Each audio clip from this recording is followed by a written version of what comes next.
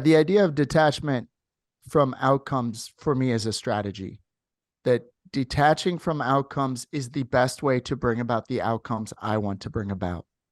There's a Buddhist say about archery, right? That the archer, when there's nothing on the line, is able to focus on Yeah. what he's doing, right?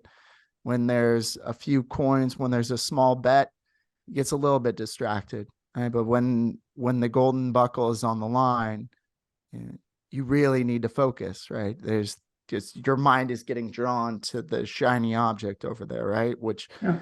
so it's like as the stakes rise, it gets harder to focus on the inputs that are going to bring about the outcomes you want, right? So Yeah. when I talk about detachment, it's like, I mean, we got this problem in our culture with helicopter parenting, right? And Hmm. being a teacher is getting harder and harder because not because the kids are attention spans and stuff and screens and all that's getting more challenging, but the parents are a total pain in the ass, right? Because parents are reverse engineering success in a way that's saying my child needs to get an A in fifth grade math, right?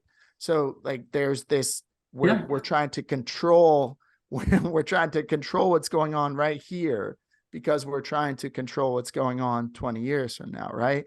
So like for me, this idea of detachment is saying, yeah, like I it's going to kill me if my kids aren't in relationship with me 20 years from now. Like, I mean, that hurts. That just even contemplating the possibility really hurts. Right. So, and like, I don't ever intend to detach from that feeling of my, like, I am a romantic at heart. Like there's that piece. So I think we're in agreement on that.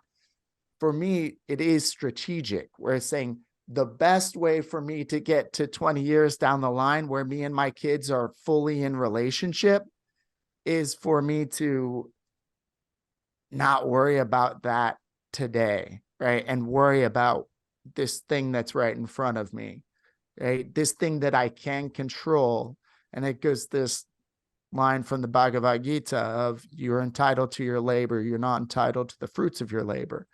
that that it's by focusing on the labor today and then letting the chips fall as they may, because we can't control what happens all the time, that focusing and doing the best we can today is, and this goes back, to be honest with you, I thought your driving example was terrible. Like that, I think that was just, I think it was almost, I don't like the term straw manning, but it was straw manning. Like nobody's going to do that, right? Fair That's enough. just goofy. Nobody's going to do that, right?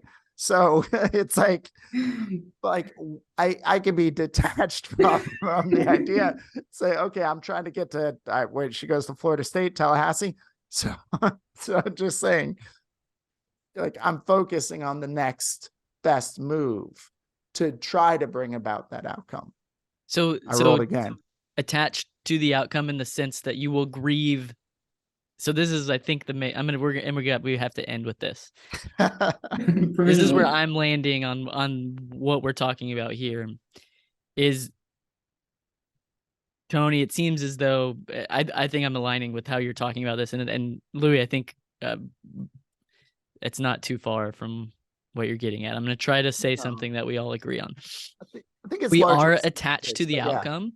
I think it's good to be attached to an outcome insofar as we engage with the grief that arises when an outcome that we desire does not happen. We have no control over that outcome. So the best path to that outcome is actually to do the work to let go of that outcome and be present where we are today. Like the path of attachment is detachment. The path there we go. The Yeah. path of Yeah, attachment I'll is take that. detachment. So We can it is follow good up. to be attached to an outcome that causes grief, and it's good to engage with that grief. And maybe the best path to an outcome that we're attached to is to let go of that outcome.